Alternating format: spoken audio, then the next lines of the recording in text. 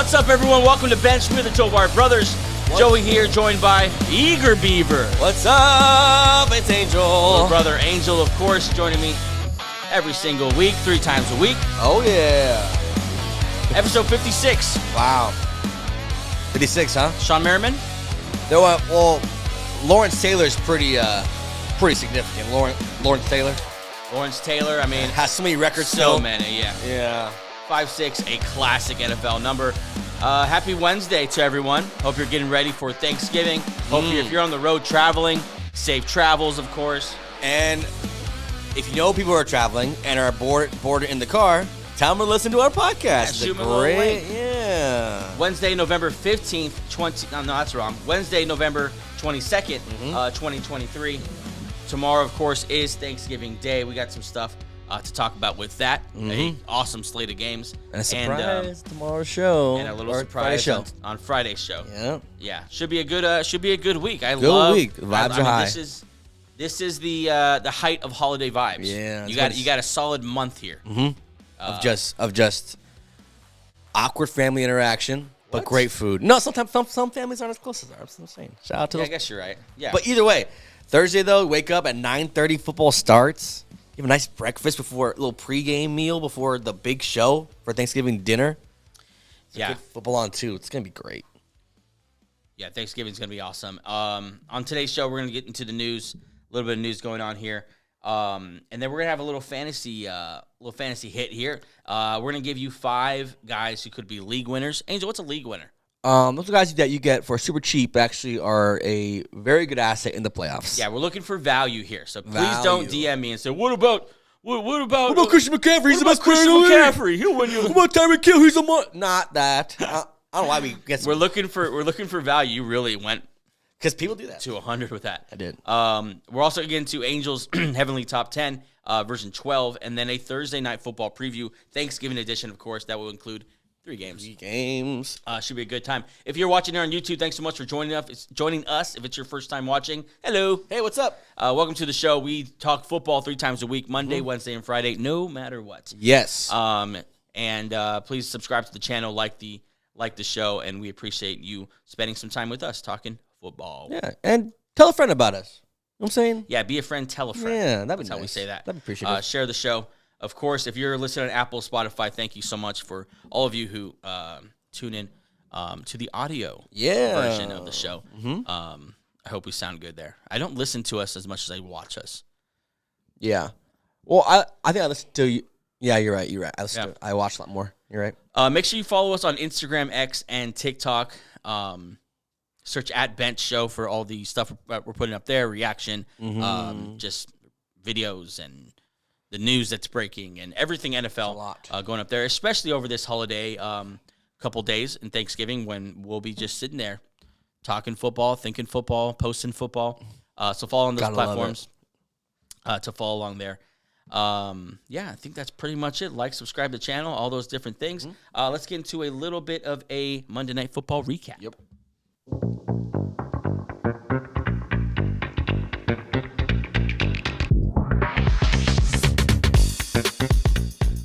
So on Monday Night Football, listen. I don't know if you saw it. I got a little emotional at the end of the last show. Yeah.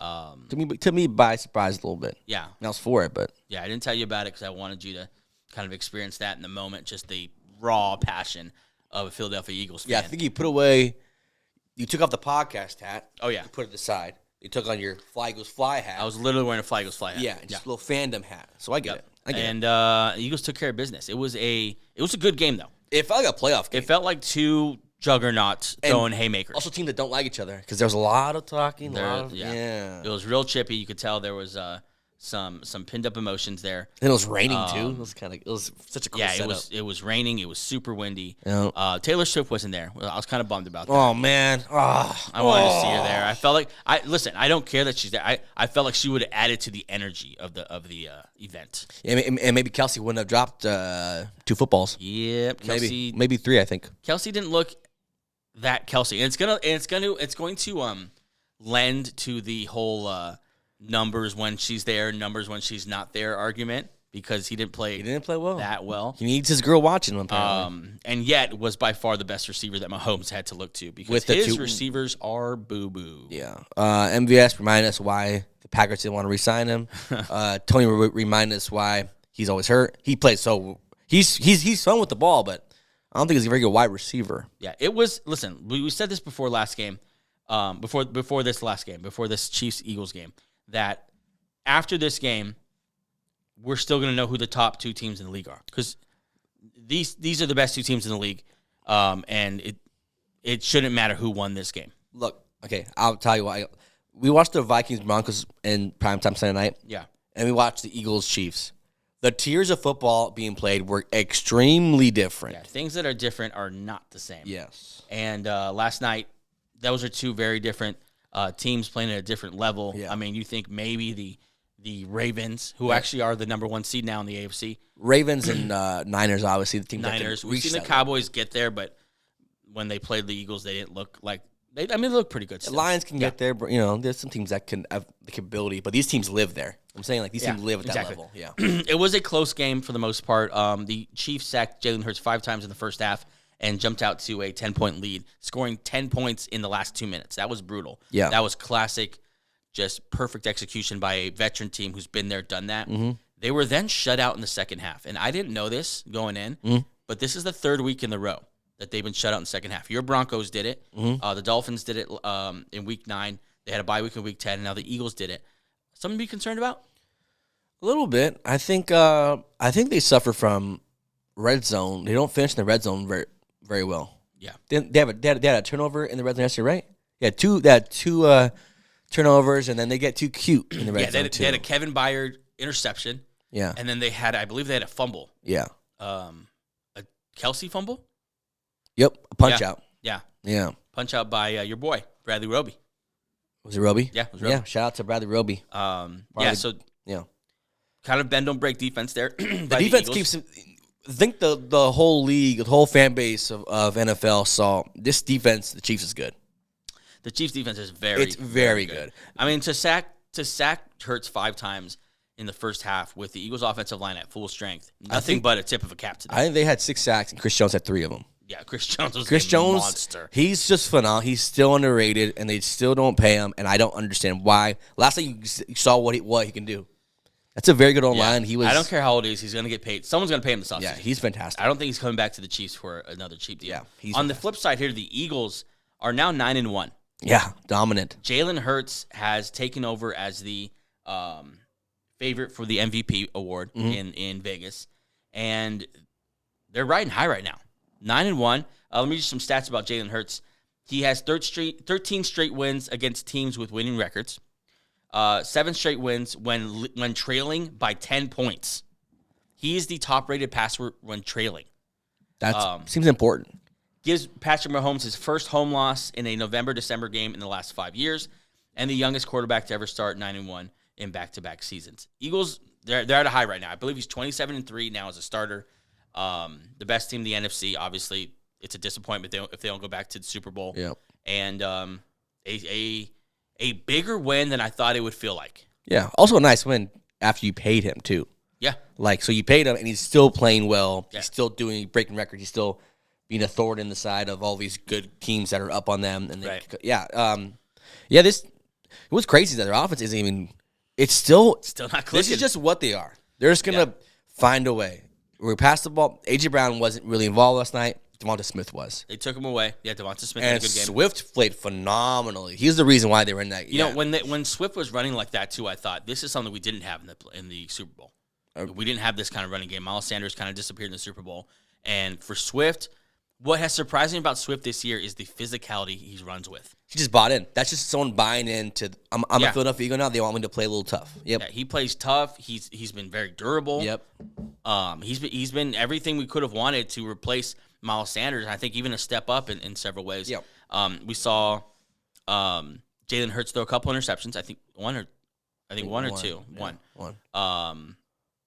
But for the most part, he had a fumble that he didn't lose. Yeah. But for the most part, they did a lot better just with taking care of the ball. And solid win for the Eagles. Yeah, it was a good game, and even though someone had to lose, it was Both the NFL fan base won. It was a great game. Absolutely. Let's get into the news. Yeah.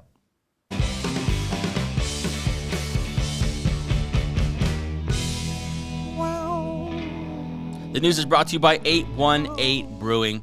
Let's jump in here. On Tuesday morning, it was announced that the Steelers have fired offensive coordinator Matt Canada. It is the first time in Steelers history that they've fired an offensive coordinator. That's how bad it's gotten. You should have seen how happy Steelers Twitter, Steelers Nation was on social media. Yeah. He for a guy who gets booed at any Pittsburgh sporting event for the last 2 years, right?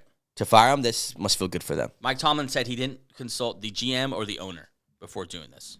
You trust Tomlin to do this, right? I trust him. And I think the Steelers are an organization where any good organization runs this way, where when you delegate power, you back off. Yeah, trust the delegation. Right, they've delegated Mike Tomlin that power, and they're not going to micromanage him, and that's probably why they've had 3 coaches in the last 50 years or whatever. Yeah, also, they reached a breaking point with their loss to the Browns because everyone was arguing. There was about 4 or 5 arguments between head coach, wide receivers, and running backs, and it's just and it was 2 years too long that he had his job. Yeah, I mean it was bad. So from what I could understand, what he was most docked for was his play calling. Yeah. Some of the personnel decisions, insisting on Najee Harris, insisting on Deontay Johnson over maybe some younger, more talented players, Pickens and Warren. Yeah. The next domino to fall, I think, isn't Mike Tomlin. I think it's Kenny Pickett. Yeah. He's part of the blame pie too, but a big piece of that too is Pickett's just not playing well. He's just not a good quarterback. He hasn't progressed this season. Nope. Like he has streaky moments. Streaky quarters, streaky 5 minutes where it's like, oh, he's like kind of okay. But then he has games where he just sucks. And that's what you don't want as a franchise quarterback. And yeah. He's more, I mean, I think he's definitely suited. It's not like Zach Wilson. No. He's suited to be a nice backup. Zach Wilson, you don't want as a backup. In fact, the Jets don't even want as a backup. No, he's a third string which now. is crazy. But I think Kenny Pickett has a role in this league for a long time, but he's not a starter. Yeah, him and Mac Jones really just disappointed a lot of fan bases because they both showed a little bit rookie year, and then they just turned out to be just Mac Jones catching strays right now. But still, Pickett, yeah, I think he's the next domino. Next year is a good draft class. Also, a couple quarterbacks might be available for trade, so Steelers should be in the market for one of them. Chargers defensive end Joey Bosa suffered a foot sprain and is going to be placed on IR. He's out a minimum 4 game and is to be determined if he'll be able to return, per head coach Brandon Staley. We last saw Joey Bosa man-sobbing on the back of a cart as he left the stadium. It was hard to watch. It made me emotional. I thought, good God, his foot fell off. Yeah, because he was crying. His massive arms were holding up his tears. Yeah, back his tears. Yeah, but yeah, I'm glad it's just a sprain. Because I remember when that happened, me and you were like, this guy's used a lot of years on this team that hasn't done anything. You gotta hope it doesn't end in an injury. He's also used a lot of time just coming back from injury, so that has to be frustrating. Yeah, he's been. I thought for sure you were gonna make fun of him for crying about a foot sprain. I was about to, but then I'm like, he's a good player though.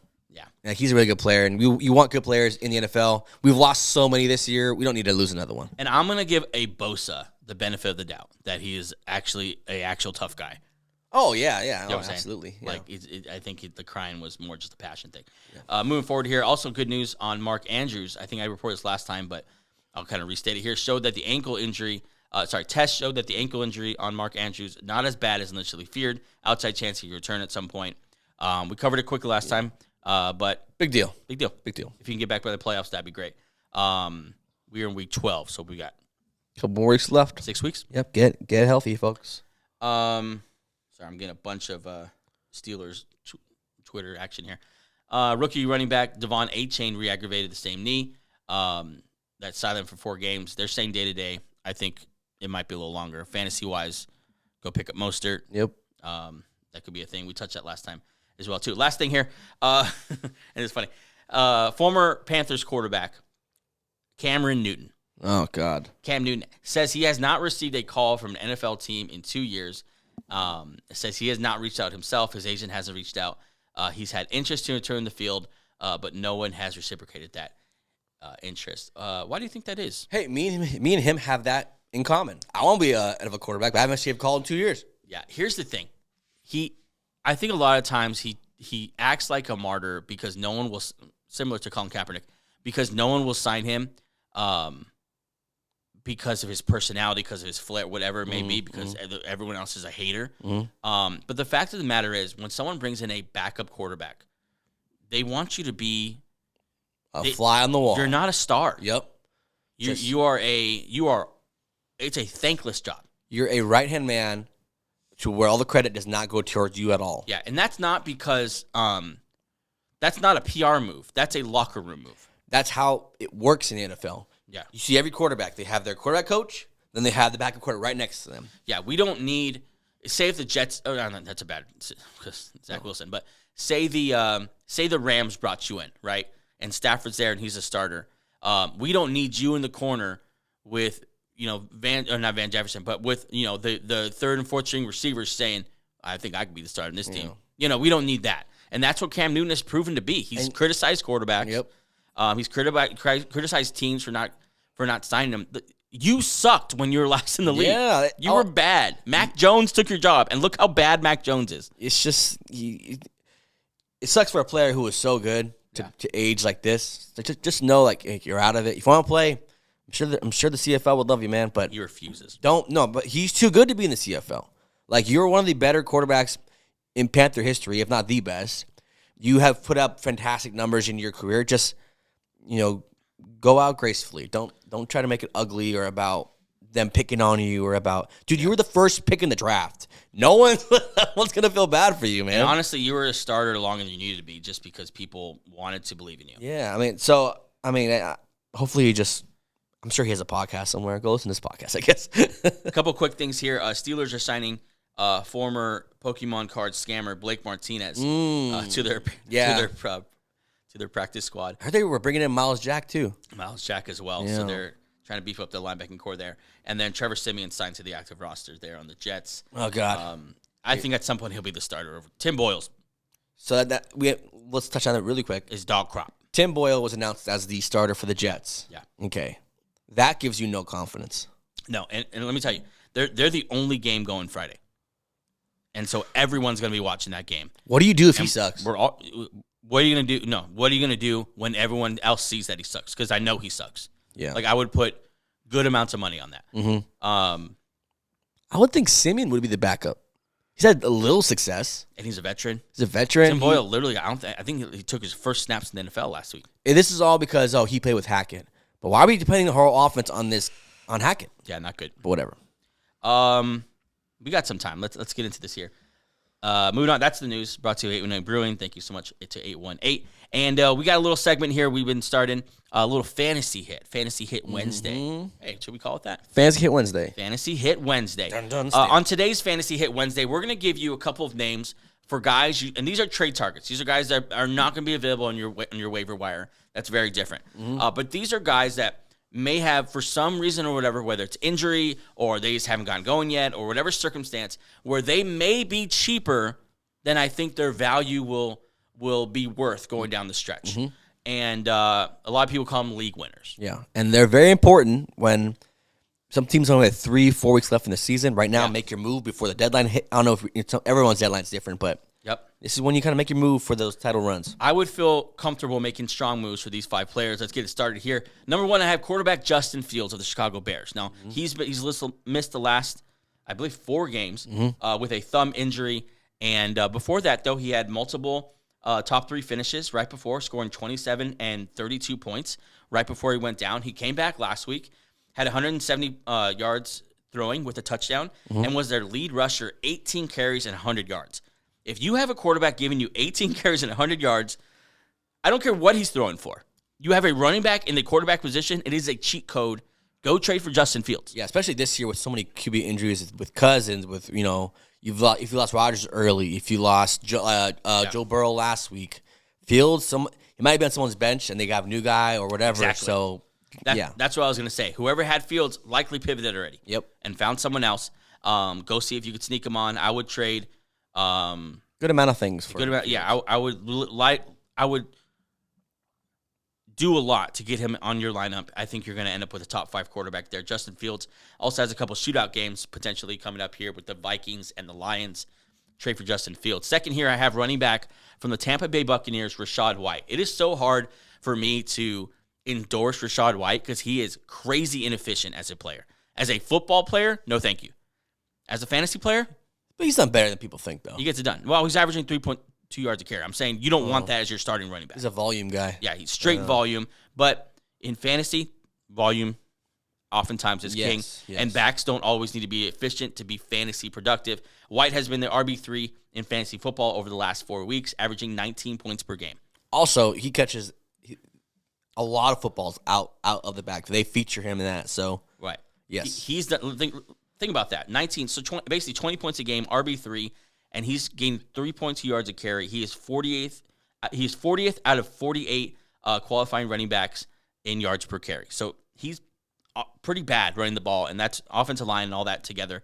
But he's getting so many catches, an opportunity. Yeah, it's just buoying that floor so high to where you can no doubt start him every single week. Maybe the team that has him, maybe they're hiding him now, but I don't think that you'd have to offer a lot because he's not a sexy name. It's not a sexy team to watch. They're never on prime time. So, and most casual, fantasy football fans don't watch every game like guys like on their team. Right.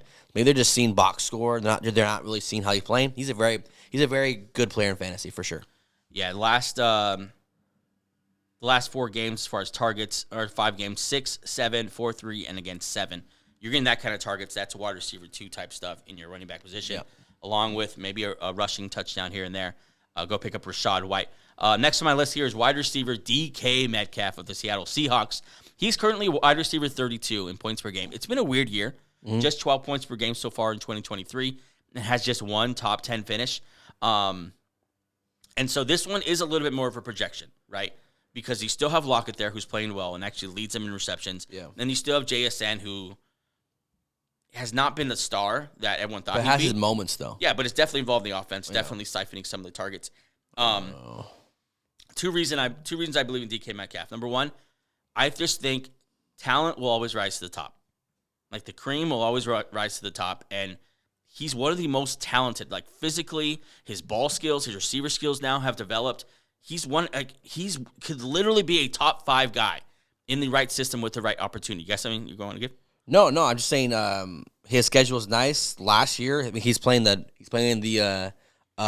Niners this Thursday. Yeah. Last year he did very well, even against them. In the postseason, and what if you watch these Seattle games? When it's time to go down the field, they target one person. Yeah. They target Metcalf over the middle. He's just I'm on board with this one.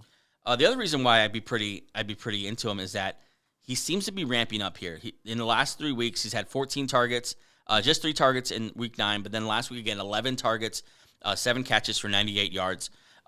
Gino's looking at him, and down the stretch here, they're going to need to, especially now in the thick of a playoff race, I don't think Gino's going to rely on a rookie.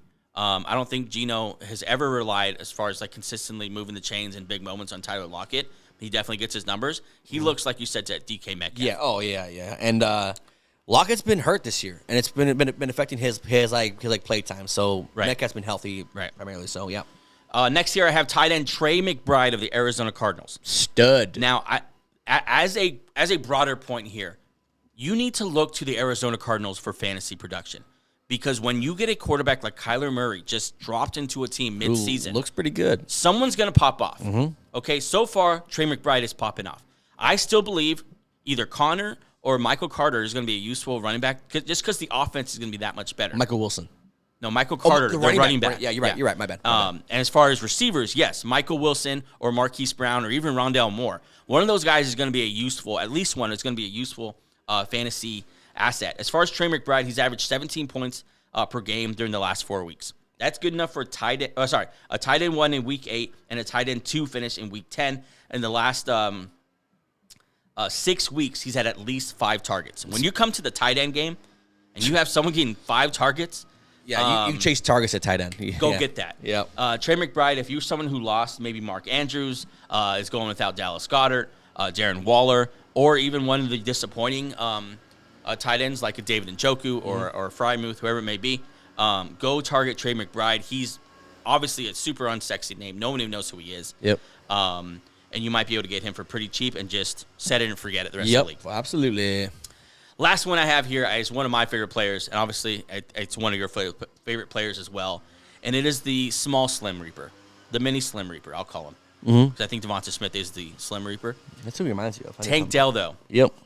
Is the mini Slim Reaper of the Houston Texans. In the last 3 weeks, he has finishes of wide receiver 1, wide receiver 12, and wide receiver 3. Okay, during that stretch, he has 11 targets, 14 targets, and 10 targets. His snap share is also way up. Houston is beginning to hand the offense to Stroud, and Stroud is looking at his boy Tank Dell. Yeah, and we talked about the effect of Nico Collins being out and Robert Woods being out.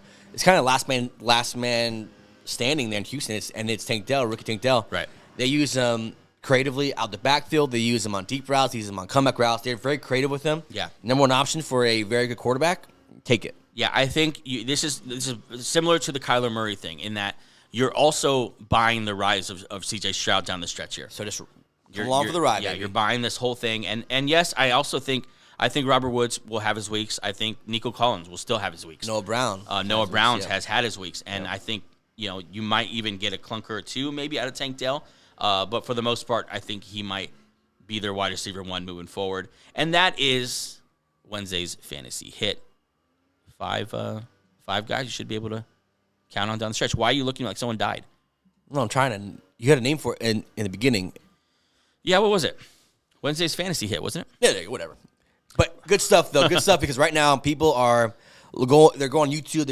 They're trying to find spots where like they can get an advantage in this playoff because it's tough. So many injuries this year. So many quarterbacks that when they go down, the whole team goes down. Yeah. Burrow goes down. Ja'Marr Chase owners and T. Higgins owners. Yeah. So a lot of good options here. All right, take a quick break, and then we'll be back with Angels Heavenly Top 10 version 12. Let's do it.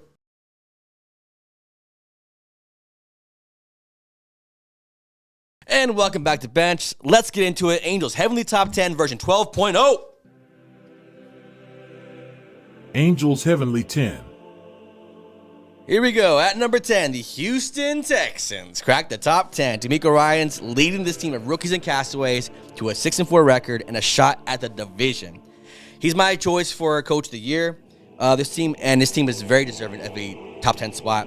Stroud finally had a bad game, but what encouraged me about this team is that he had a bad game and they still won. Yeah, that's signs of a good team. So they land here at number 10. At number 9, the Miami Dolphins. They beat the Raiders in a surprisingly close game.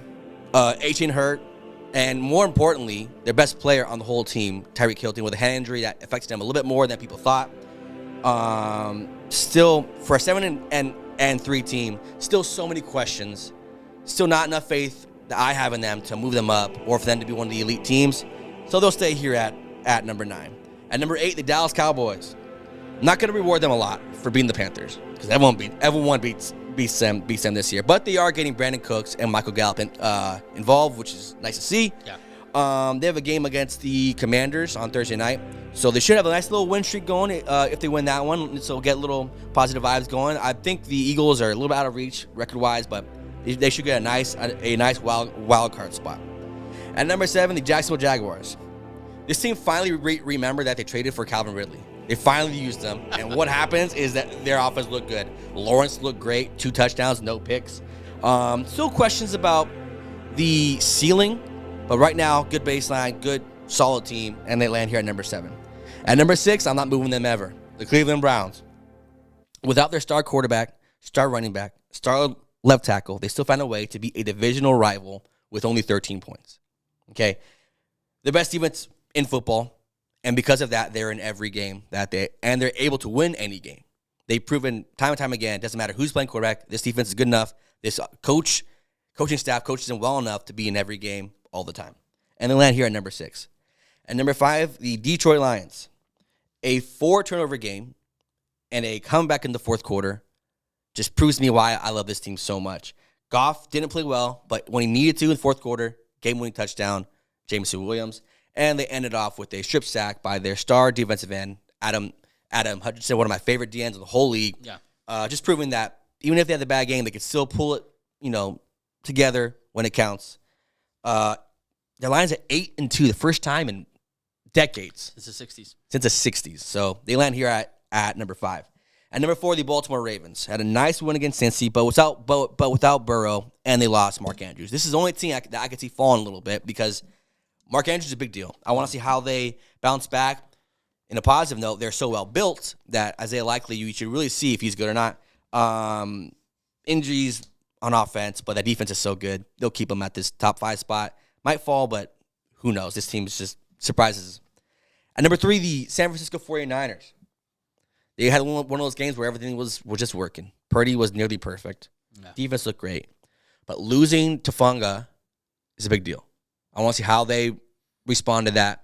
But yeah, I think they at number 3 here, and I think no one would argue that they're the 3rd best team. At number 2, the losers of Monday Night Football. But still at number 2, the Kansas City Chiefs. They got exposed a little bit for having lack of talent at wideout. Yeah. It was very obvious. But that defense is good. And we'll keep them at number 2. I don't know how you fix wide receiver drops mid-season, but they have to find a way. If not, they're not going to crack this, not going to be at number 1. Speaking of number 1, the 9-1 Philadelphia Eagles land here at number 1. They beat the Chiefs on Monday night. Defense stepped up, forced Mahomes to scramble all night. Offensively, they're not even clicking, and they're still winning. Yeah. Run game looked great, and the depth of this team at wideout was shown last night. You shut down one guy. Devonta Smith, first-round talent, showed up. Yeah, and they land here at number 1, and they're the best team in football by now a pretty decent gap. And that is Angels Heavenly 10, 12.0, brought to you by nobody. Yeah, so I can't. I mean, I just look at this top 4, and I think juggernaut. Yeah. But yet I think they are slotted perfectly. Eagles are definitely the best team in the league, right now. Mm-hmm. The Chiefs, though, were right there behind them, and then I do feel more confident about the Niners than the Ravens, although they're both solid in that top 4. After that, I love the Lions at 5. I love that they're finally getting the respect they deserve. At 8-2, that's undeniable now. You got to put them there. Yeah, if you just don't like the Lions, then no show because they are one of the best teams for sure. Yeah. Browns at 6 is interesting. I love the Browns because that seems like a more of a reward of what they've done rather than what I see them being the rest of the year. I think it's going to catch up to them having Flacco at quarterback, having not a star in the backfield, and with the tackle. Missing. I think they've gutted out some of these wins, but it would be so impressive for them to see them play an entire season like that. Mm-hmm. I think that's a tall ask. 6, I think, might be their peak. I think they might be headed down here at some point. Jags are a freaking conundrum. I don't know what they are. Yeah. Now they're throwing the ball. Now they're a high fly offense. No, like I said, we have this guy Calvin Ridley who's pretty good at wideout. Let's get him the ball. They were insisting on feeding some of the underneath stuff and using Ridley as a decoy. The old Arthur Smith method. Yeah, well, not quite that bad, but yeah. Yeah. ETN was getting a ton of carries and they're just making safe throws, but they opened it up. And turns out Trevor Lawrence is kind of talented. Yeah. And Calvin Ridley still has a little bit of something in the tank, and they looked really good. If they play like that, they're going to shoot up this list a little bit. Yep. Because they're at 7-3. They look solid. Still want to see them and the Texans. I really don't know who's the better team in this division still.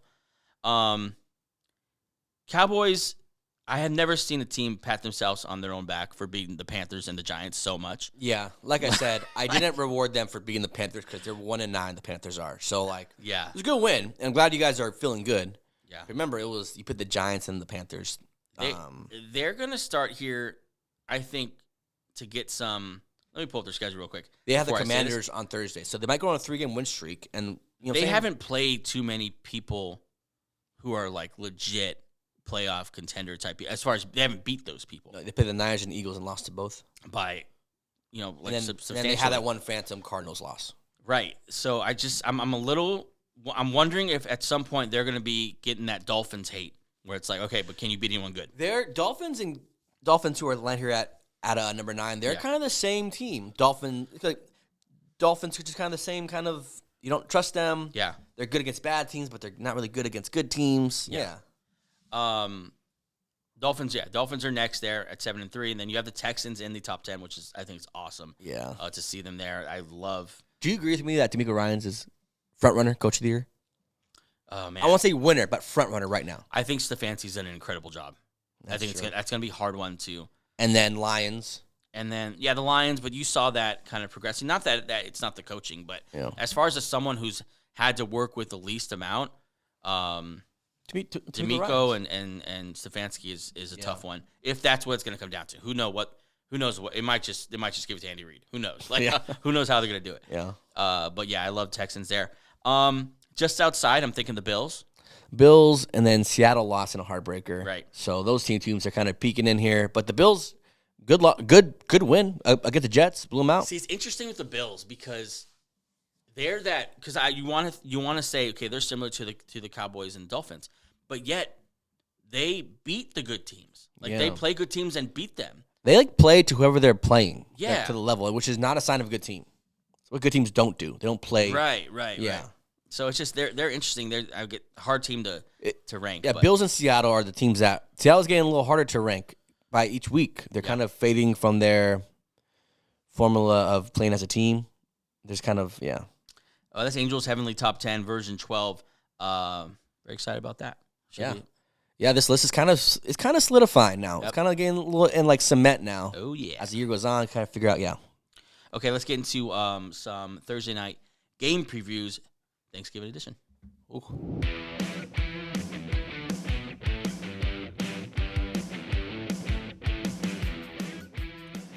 You have a slate of games for you guys. Yeah, on Thursday night we're gonna get some games here, 3 in a row, starting with the Lions and Packers, Cowboys, Commanders, and then the 49ers and the Seahawks. Let's start with the first game of the day, and that's the Lions and the Packers. This game is going to be in Detroit, and the Lions are in a 3-game winning streak, and I think this might get ugly. Favored by a touchdown and a half.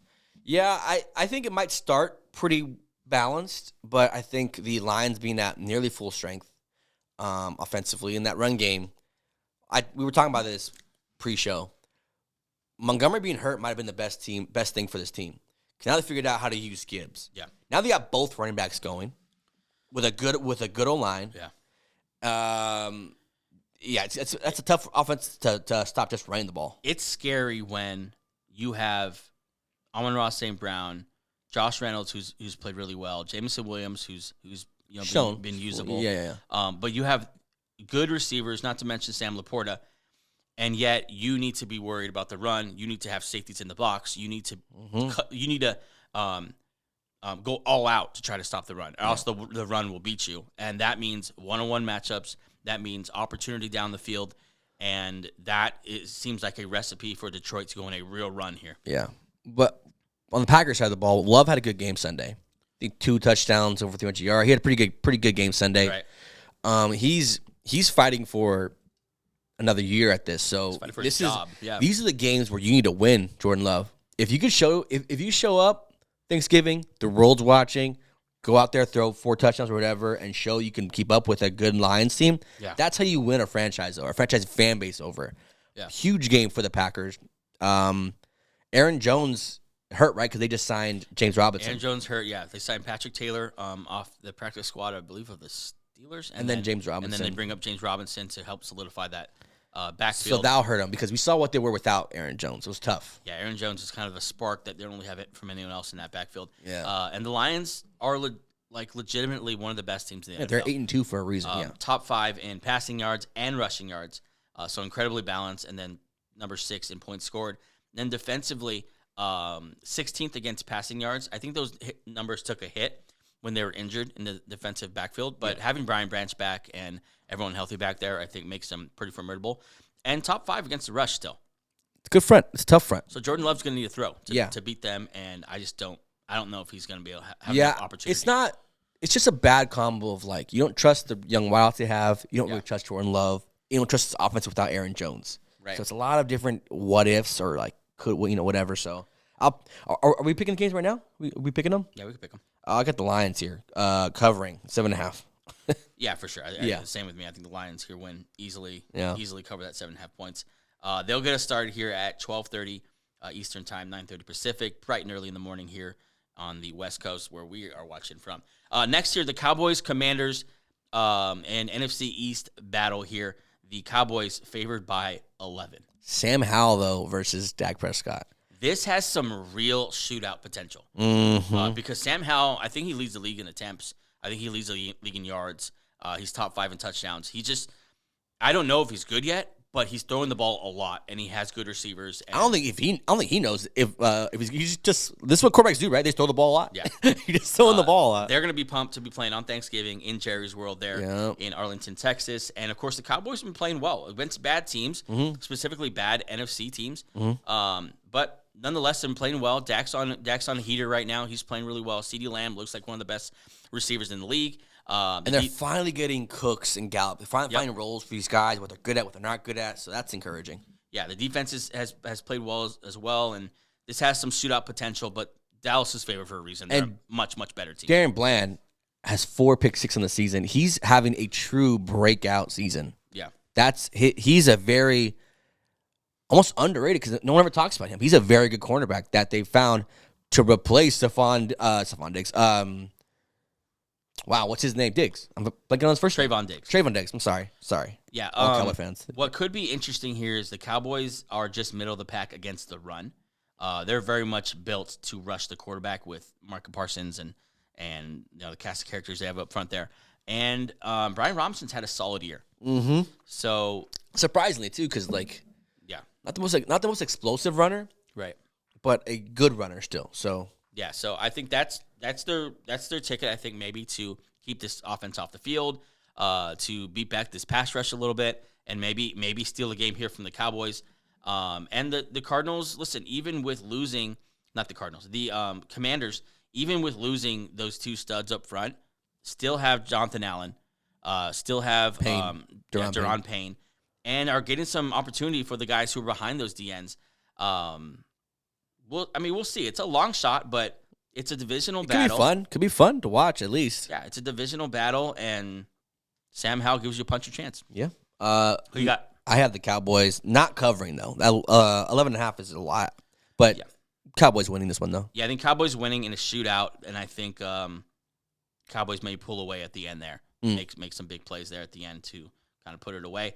That is the second game. The last game here of the Thanksgiving slate is the 49ers and Seahawks, the biggest game of the day, really, because the Seahawks need to win this very, very badly. 6-4, I think, right? Now their NFC's getting a little tough. They're not really hitting full stride. And this is when in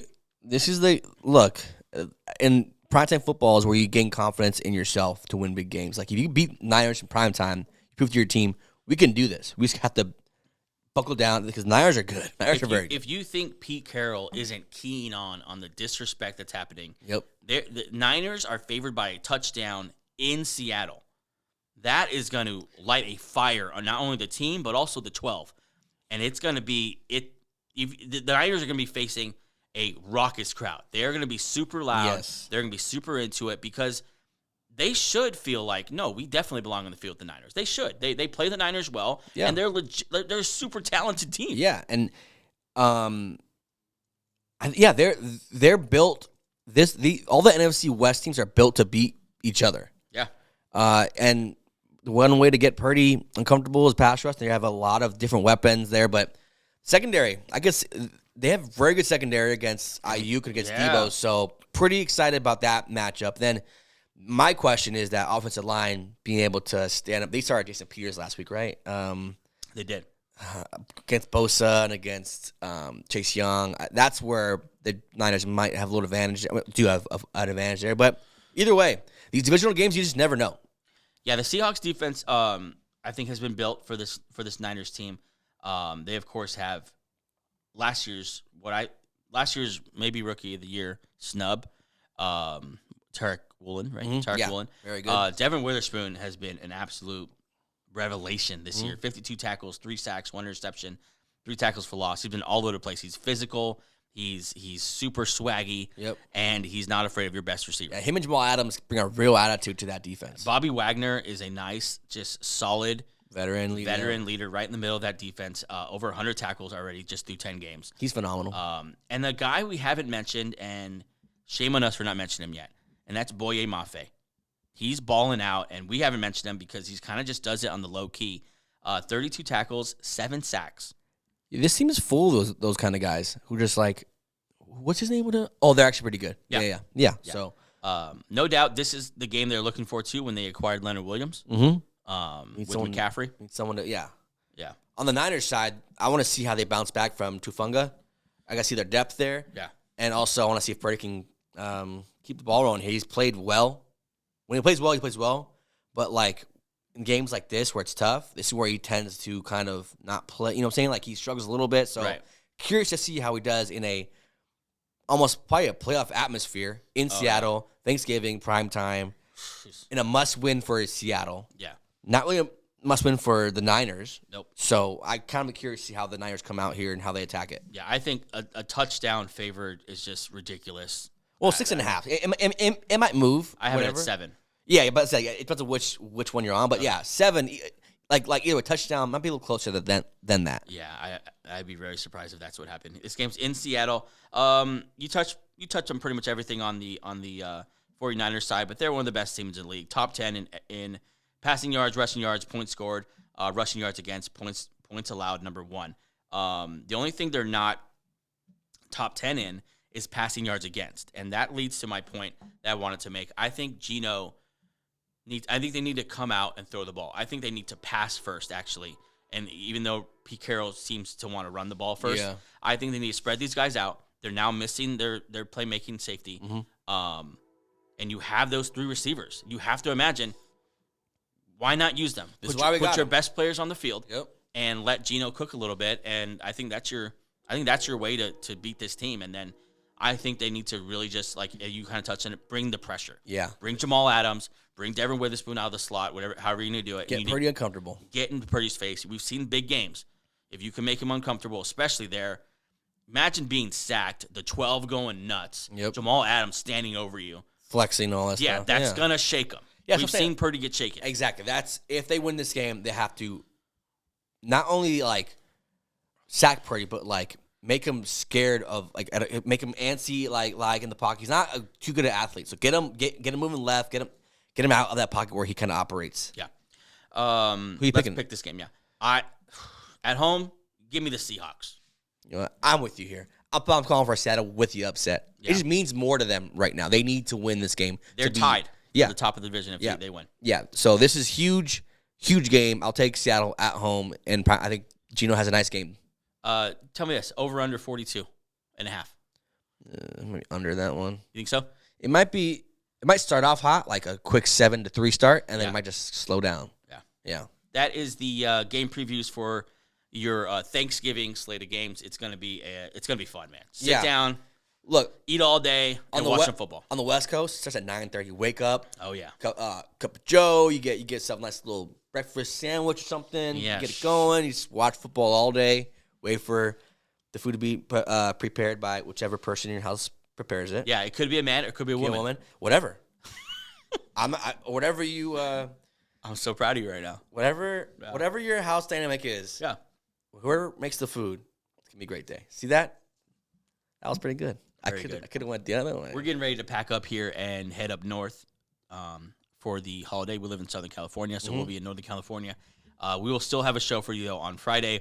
Should be a fun show. We're going to talk a lot of Thanksgiving stuff. We're going to talk a lot of maybe some Black Friday stuff. We're going to talk some football as well. We're going to preview Friday's game as the Tim Boyle-led New York Jets make their debut. Yeah. Also, like we've referenced, I don't know when we're going to announce it, our little surprise for the Benchwarmers on Friday's show. Sure. You seem like you want to announce it. Go ahead. Yeah, give it to him. Okay. Well, tune in on Friday because this show is called Bench with the Tovar brothers. There are 4 brothers, though. Here, the hosts of this, people on this show, there's just 2 brothers. The best looking ones. Yeah.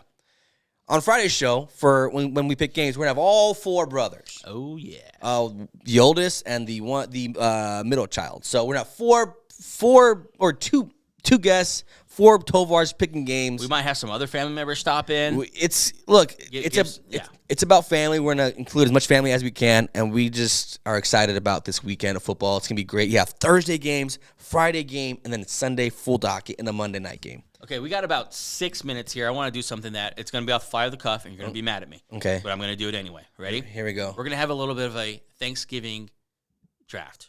Thanksgiving food draft. Okay. I want you to build a plate. We're just going to get 5 picks, and we're going to build a plate. How we decide who goes first? Ask Theory to flip a coin.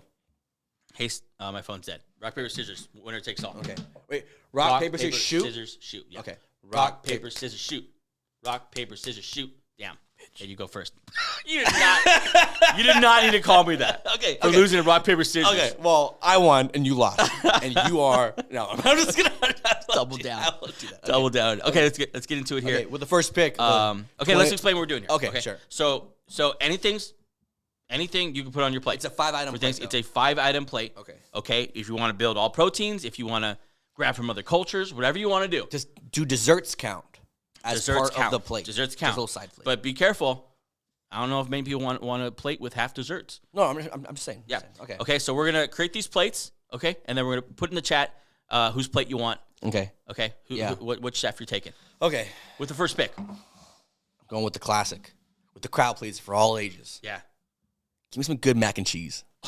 Okay. That's it. Kids eat it. Yeah. Kids love it. Adults love it. Yeah. Old people love it. Solid. Yep. Solid. Are you writing this down, by the way? Can you write it down Let for me write it down real quick. I wanna remember. 1 second. Okay, so you're taking mac and cheese. Mac and cheese, obviously a strong number one overall pick there. Everyone likes it. Everyone loves it. On Thanksgiving Day, no one gives a crap about their lactose intolerance. They're going straight in on the mac and We cheese. will deal with the consequences later. Right now, Now we're this just has a enjoy. nice crust on top, correct? It depends on who makes it and how you make Okay, it. what does yours have? Well, no, I'm not. It's mac and cheese. There's so many styles. So every mac and cheese? What? Sorry, mac and cheese. Does it have a crust or not? Sure. Thank you. Mac and cheese, Angel. Gotcha. Go ahead. Okay, so Angel starts off with mac and cheese. That leads me who I wanted to take number one anyway. Mm-hmm. And that is the mashed potatoes. Mashed potatoes. Mashed potatoes and gravy. And no, I'm going to leave out the gravy. I'm going garlic mashed potatoes. Ooh, garlic mashed. Okay, I'm going garlic mashed potatoes. No need for gravy. With No need for mashed gravy. Potatoes. Okay. All right. Garlic mashed potatoes. They're moist, but they're still a good consistency. I like it. Yeah, and also and like you said, you don't need gravy for those. They're just good, Right. alone. So interesting start for both of us. You started with the carb. I started with the starch. Okay. What do you got? Okay, I got mashed. I got my mac and cheese. I need some protein on there. Okay. You going to protein next?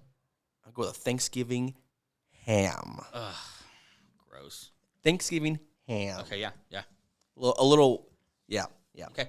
Is it is it honey? Is it honey glazed? Honey glazed ham. Okay. Very nice. Yep. I am not a big turkey guy. I'm sure you pick turkey next, but I am not picking turkey next. Yeah. I am going with a medium with a nice kind of a garlic finish, a garlic on top. Tri-tip. Give me some sliced tri-tip. Okay. Sliced tri-tip next to mashed potatoes. I'm off to a strong start, Ange. I mean, you have some calories coming your way, but we both. I mean, you got ham and mac and cheese, so I'm not the guy. I wouldn't be the one high horsing about calories. Okay. All right. I'm gonna another staple. Yeah. You have this on the table every Thanksgiving since the beginning of Thanksgiving. What is it? A little stuffing. Okay. Solid. Mac and cheese. Damn it. Stuffing. Ham. Let's go. I was hoping you'd miss it. No. I wanted to go that Stuffing next. is my favorite thing to put on my plate for Thanksgiving, especially my mom's. Shout out to our mom for making the best stuffing in America. Good work, Monica. Yep. Okay, here. So you have stuffing. That's solid, obviously. But you're a little high on the carbs, in my opinion. I'm not trying to be healthy Thanksgiving. today. Yeah, great. I'm wearing my stretchy pants. Okay, so I'm going mashed potatoes, tri-tip. What am I going with next? I think it's a very masculine meal so far. Yeah, yours is very masculine. I think I'm going next. Oh man, a lot of good options out there. Yeah, look, I think I'm going with a sweet potato. What do you call it? Casserole. Okay. Sweet potato casserole. Right, a little a little sweetness there. 2 potato options on your plate. You got two very different potato options. Sweet potato, I think there's enough difference there. You got savory, and you got a little sweetness. Okay, I gotcha. I do not know how to spell casserole, so I'll give my best effort. It's okay. It's fine. Okay, so I have 2 more picks left. I have mac and cheese, ham, and stuffing. All right, I'm about to kick your arse right here with this one. Yeah, we got. I'm gonna have a little bit of sweetness. Give me a classic pumpkin pie. Wow, you went early with the desserts, you bastard. I got beat you to the punch, but Dang it's like it. picking defenses in fantasy. You got to beat them there. That was good work. I'm going the classic pumpkin pie, baby. Yeah. Just a sweet classic treat. Dang it. Pumpkin pie. Okay, so here's what I'm doing then. I'm going to double down. I think right now my strength is my proteins. I think tri-tip is vastly better than honey baked ham, and I'm going to double up on that. And I'm going to go with the classic. I'm going up with turkey as well. Turkey. You have turkey and you have tri-tip on the same plate. Got a bunch of potatoes. Look, You're finding out a lot about Joey Tovar right now. you're fine. Yeah. Okay. Okay. Yeah, so I'm going mashed potatoes, sweet potato casserole, sliced tri-tip, and now I'm getting a little turkey. Turkey. A little turkey action. Yep. The big bird. Okay, Yep. here we go. Final pick. Okay. I have my sweets. I'm going to worry about that. Dessert's done. Don't worry about that. Yep. I'm put little greens on my plate. Okay? Okay. No. That's kind of boring. I'm trying to think gotta hurry, my guy. I'm trying to think about okay. You got to hurry. Okay, you know what? Screw it. I'm going to just finish off with a little bit with a drink, okay? Little eggnog. Okay. Yeah, fifth Little- option, eggnog. little Very eggnog. strong there. I'm going with my last option here. I need a dessert. I'm going with a little strawberry top cheesecake, New York style bake. Okay, so that is the Thanksgiving food draft for the 2023 season. Can you please remind us of our plates? I'll start with you. Your plate consists of garlic mashed potatoes, Yeah. a little bit of a tri-tip. Yep. Cut probably. Yep. Yeah. I know what you mean. A little sweet potato casserole. Uh-huh. A little turkey Yep. with finish of a nice cheesecake. New Can I York adjust style that? cheesecake. Turkey legs. Either way, turkey's good. Either way. Yeah. I thought you want the freshly cut, the big slice of turkey, but whatever. That gets dry. My plate, mac and cheese, baby. Mac and cheese, honey glazed ham, a little stuffing, a little pumpkin pie action, with a little side drink, eggnog. See, you delivered it but very differently. You gave me the weird accent, and one by one, you forgot to mention the cheesecake. I did. No, I did. Okay, well, I barely heard it, so that wasn't fair. And then you said all yours as a unit, and that's bullcrap. Sorry. Just want to remind you of that. You can announce it yourself. Go ahead. I don't have it written in front of me. But go ahead and comment what your plate of choice would be. I think it's easy. The men will pick mine, and everyone else, women and children, would love your plate. Yours would be you have no drinks with yours. It's just you're just thirsty. Okay. I thought of everything. Well, if you think someone is gonna love having some ham and washing down some eggnog, you're on crack, my Look, friend. maybe calories don't count on Unless Thursday. they're smoking a lot of weed. That Here morning. we go. That's the show for today. Thanks so much for joining us. We look forward to seeing you Friday. on Friday. Hope you eat a lot. Hope you Yep. enjoy some good football. Travel safe. Yep. Travel safe. Hang out with your friends, loved ones, family, whoever you're with. Yep. And have a great Thanksgiving. Peace. Later.